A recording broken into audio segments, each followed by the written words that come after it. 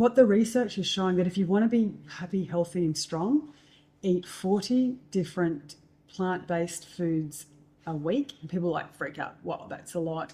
But if you just make yourself a curry or a salad with different things in it, you hit 40.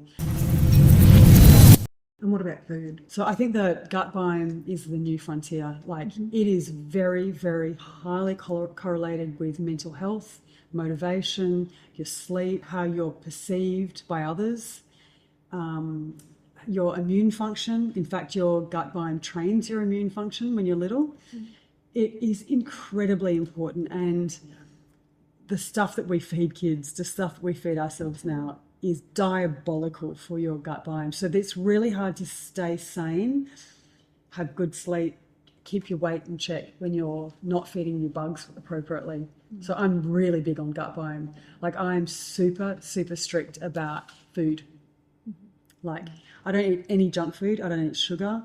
I drink wine, though, a lot of wine, actually, to be honest. That's the only place I get my sugar. But I'm like, my quote is, I do all the good things always, so every now and then I can do the bad things. And the bad things is, drinking. But I will have protein in the morning, so I don't get my blood glucose spike. I will have nothing packaged. I won't eat anything that has MSG, food flavourings, or any, what are they called, preservatives. I'm like, none of that. I eat meat, vegetables, nuts, fruit. I don't eat a lot of fruit, only berries. I don't eat any wheat at all. I haven't for 24 years. I was going to ask, how long have you had this, been eating this way for? So about 23 years, okay. 24 years, yeah. And it just works. Like I feel so good. Because I was pretty unhealthy and I just felt terrible all the time, just tired and grumpy and foggy-headed and just miserable. I worked out that I was really allergic to wheat. So back then I just gave it up and haven't had it since.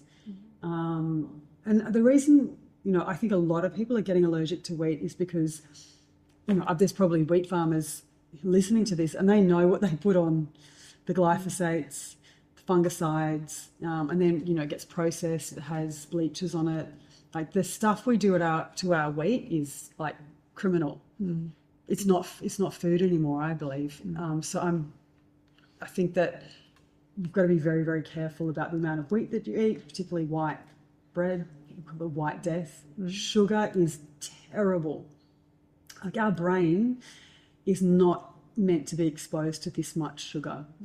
So if you think about hunter-gatherers, they had on average around, 3 to 4 tablespoons of fructose or glucose a year, right? We are eating, I think the last thing I looked at in 2017, I think we're eating like 18 grams of sugar a day. So and that's just like I think on the lower end.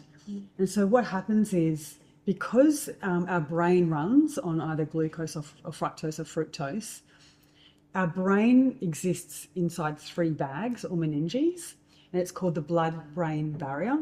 And it's like tight junctions like this, so no germs can get into our ecosystem of our brain. Because if you get a bug in there, like you get meningitis and you die. So these bags are very tightly concealed, except for fructose and glucose. If your brain detects high levels of sugars in the cerebral spinal fluid or the blood supply, it'll just open it up and it'll let the sugar go in, because it was so valuable for our hunter-gatherers to get sugar into the brain. It never realised that we were going to be eating sugar breakfast, lunch and dinner every day, all day, and have enormous amounts of sugar being exposed to our brains. And I've actually got an MRI scan in one of my slides that I lecture on, and it shows that, I don't know, osmosis, if you've got a high concentration of glucose on one side and there's a membrane and a low concentration, it will suck the water out of that membrane into that to equalise the pressure. What this means essentially is that high levels of sugar and glucose will shrink your capillaries and your brain cells. And I've got a scan to show you this. So there's a lot of research showing that kids who have got a heavy diet of sugar and particularly Coca-Cola or like sugary drinks, actually have smaller brains, smaller brain volume. And there's a recent study they did of 180,000 people and looking at what foods did they eat. Those that had high sugar, much more depression.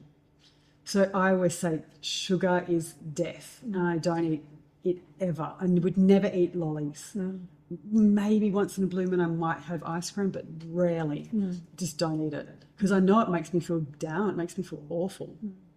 And I think that we should not be feeding our kids sugar. Another thing is important to know that do not substitute with phenylalanine or the fake sugar. Oh, yeah. So, what do they call it? Equal tablets and... Yeah. So that the active ingredient in that is phenylalanine, and it has been shown to be incredibly damaging to your multiple regions of your body. It's obesogenic, it ruins your gut biome, and in fact, the World Health Organization are pushing to have it made into a class 2 carcinogen. Oh. Yeah, so don't substitute with fake sugar. If you're going to eat sugar, eat sugar. Yeah, so I'm really strict about food. Very, very. And what the research is showing that if you want to be happy, healthy and strong, eat 40 different plant-based foods a week. And people freak out. Wow, that's a lot. But if you just make yourself a curry or a salad with different things in it, you hit 40. And what you're doing is you're increasing your gut microbiome diversity. The more diverse the bugs are in your stomach, the healthier, happier, more resilient you are. It's like when you've got a garden. If you had all just corn, in comes a virus, it'll wipe all the corn out, right? But if you've planted cabbages and radishes and spinach and a virus comes through, it might kill the corn, but at least something will survive. Now, in your gut biome, if you have a bacteria or a virus come in and you've got all the same gut bacteria because you're eating the same types of food, you'll get wiped out. But if you've got the more different foods you eat, the more different types of bugs, because one bug will eat one food. So you've got to make it diverse down there.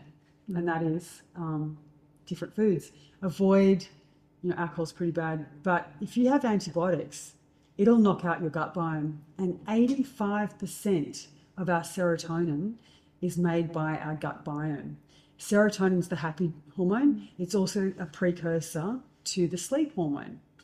So it's all interconnected. What you eat, how you feel, how you sleep goes into how you feel.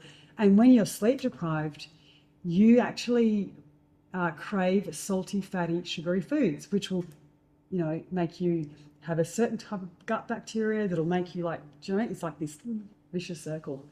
One thing I